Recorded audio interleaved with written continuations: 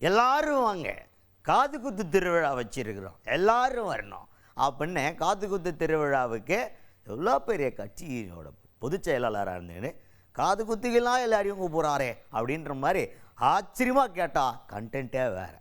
யார் அவர்? எதிர்கட்சி தலைவர் எடப்பாடி பழனிசாமி அவர்கள். நல்ல மனுஷன். அவர் வீட்டில் காது குத்து திருவிழா வச்சாங்கன்னா கறி கஞ்சி ஊற்றுவாங்க. வாப்பா போயிட்டு வரலாம், நீங்களாம் ஆசைப்பட்டீங்கன்னா. இந்த காது குத்தே வேறு. சட்டமன்றத்தில் இடைக்கால பட்ஜெட் கூட்டத்தொடர் தாக்கல் பண்ணியிருக்காங்க. அந்த பட்ஜெட்டு தான் நமக்கு இருக்கிறது உள்ளுண்டு காது. இவங்க இவ்வளோ பெரிய ஓட்டை போட்டு பெரிய ராடே குத்திடுவாங்க போல் காதுக்குள்ள. அந்தளவுக்கு பயங்கரமான பட்ஜெட்டை தாக்கல் பண்ணியிருக்காங்கன்னு கலாய்ச்சிருக்கிறாரு எடப்பாடி பழனிசாமி அவர்கள். அந்தளவுக்கு அந்த பட்ஜெட்டில் ஒன்றுமே கிடையாதான், சும்மா டுப்ஸா பட்ஜெட்டு அப்படின்ற மாதிரி விமர்சனத்தை முன்வைத்திருக்கிறார் எடப்பாடி பழனிசாமி அவர்கள். திமுக அரசு தனது கடைசி பட்ஜெட் பேரவையில் தாக்கல் செய்துள்ளது. இன்று காலை நாங்கள் தமிழ்நாடு சட்டமன்றத்தில் மாபெரும் காது குத்து விழா அழைப்பதிலை அனைத்து ஊடக நண்பர்களுக்கும் அளித்திருக்கின்றோம். அதை நீங்கள் பார்த்திருப்பீர்கள். எந்த அளவுக்கு இந்த அரசு மக்களுக்கு காது குத்து என்பதை நாட்டு மக்கள் அறிய வேண்டும் என்பதற்காக இந்த அழைப்புதலை உங்களிடம் கொடுத்திருக்கின்றோம். நீங்கள் மக்களிடத்திலே கொண்டு போய் சேர்ப்பது உங்களுடைய கடமை என்று அன்போடு இந்த நேரத்தில் கேட்டுக்கிறேன். அதுக்கடுத்து இந்த இடைக்கால பட்ஜெட் கூட்டத்தொடரை பற்றி விழாவாரியாக பேசும்போது என்ன கண்டென்ட் எடுத்துருக்காருன்னா, நிதியமைச்சர் இப்போ பட்ஜெட்லாம் வாசிக்கிறாரு.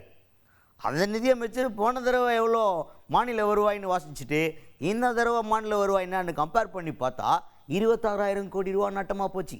அதை பற்றி எதனா விளக்கம் கொடுத்துக்கிறாரா? குட்டுக்கலையே.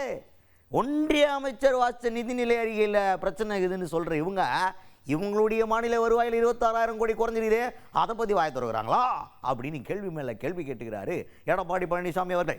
கடந்த 5 ஆண்டுகளைப் போல இந்த ஆண்டு இடைக்கால நிதிநிலை அறிக்கையும் வார்த்தை ஜாலங்கள் நிறைந்த மேனா மினிக்கி உரையாகத்தான் இருக்கிறதே தவிர உருப்படியாக எதுவும் இல்லை.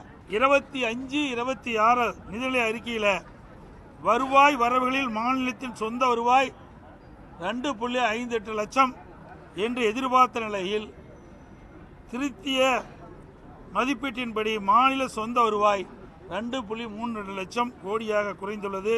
சுமார் 26,000 கோடி வருவாய் குறைந்துள்ளது. மத்திய அரசின் மீது குற்றம் சுட்டும் நிதியமைச்சர் மாநிலத்தின் சொந்த வருவாய் 26,000 கோடி குறைந்துள்ளதை பற்றி எந்த விளக்கமும் அவையில் தெரிவிக்கவில்லை. திரு ஸ்டாலின் ஆட்சிக்கு வந்தவுடன் திரு ரகுராமன் ராஜன் அவர்கள் தலைமையில் நிதி மேலாண்மை குழு அமைத்து மாநில நிதிநிலை சீர் செய்யப்படும் என்று சொன்னாங்க. இதுக்கு ஒரு நிபுணர் குழு அமைச்சாங்க. இந்த நிபுணர் குழு அமைத்த பிறகுதான் அதிக கடன் வாங்கியிருக்கிறாங்க தமிழ்நாட்டில். மொத்தத்தில் விடியா திமுகவின் நிதிநிலை அறிக்கை அத்திப்பழம் வெளியே அழகாக இருக்கும், அத்திப்பழம் வெளியே அழகாக இருக்கும், புட்டு பார்த்தால் உள்ளே சொத்தையாக இருக்கும் என்பதற்கு உதாரணமாக இந்த நிதிநிலை அறிக்கையில் உள்ளன. நெக்ஸ்ட் மேட்டர் என்ன அப்படின்னு பார்த்தீங்கன்னா, ஒரு வருஷத்துக்கு 100 நாள் சட்டமன்ற கூட்டத்தொடர் நடத்தப்படும் அப்படின்னு தேர்தல் அறிக்கையில் திமுக சொன்னாங்களே, இப்போ எப்படி நடத்தினுக்கிறாங்க? 5 ஆண்டு முடிய போகுதுன்னு சொல்லிட்டு கேள்வி கேட்டால் வெறுப்பில் இருந்துக்கிறாரு இவர். என்ன சொல்கிறாரு அப்படின்னா, என்ன தேர்தல் அறிக்கை குத்தத்தெல்லாம் நிறைவேற்றிட்டாங்க, அப்படியே சட்டமன்றத்தை ஒரு வருஷத்தில் 100 நாள் நடத்திட போகிறாங்க. மொத்தமாக சேர்த்து 5 வருஷம் முடிய போகுது, 140 தடவை தான்ப்பா நடத்திருப்பாங்க. அப்போ வருஷத்துக்கு என்ன எத்தனை தடவை நீயே கணக்கு போட்டுக்கோ, அந்த அளவு தான் நடத்திடுறாங்க. எந்த தேர்தல் அறிக்கையை அவங்க நிறைவேற்றிருக்கிறாங்க? இதை நிறைவேற்றுறதுக்கு ஒன்றும் இல்லை. சட்டமன்றத்தில் பேசலான்னு வச்சுருந்தேன், என் வாய கேலரி இங்கே பேச வச்சுட்டு நீ அப்படின்ற மாதிரி எடப்பாடி பழனிசாமி அவர்கள் குமிழி இருக்கிறார். இதெல்லாம் சட்டமன்றத்தில் பேசலான்னு இருந்தேன், நீங்கள் இப்போவே கேட்டுட்டீங்க. இது ஒரு அறிவிப்பை செஞ்சாங்க, 525 அறிவிப்புகள் வெளியிட்டாங்க. அதில் 4 பங்கு அறிவிப்புகள் தான் நிறைவேற்றிருக்கிறாங்க. எஞ்சிய அறிவிப்புகள் நிறைவேற்றப்படலை. இதற்கு வெள்ளை அறிக்கை வெளியிட வேண்டும் என்று நான் அடிக்கடி குறிப்பிட்டேன். ஊடகத்தின் வாயிலாக, பத்திரிகையின் வாயிலாக, சட்டமன்றத்தில் தெரிவித்தேன். அதுக்கு பதிலே இல்லை.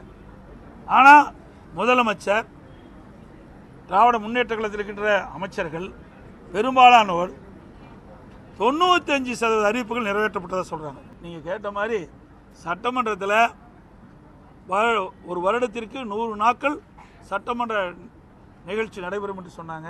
ஆனால் மொத்தமே ஒரு 140 நாள் தான் இருக்குன்னு நான் கருதுகிறேன்.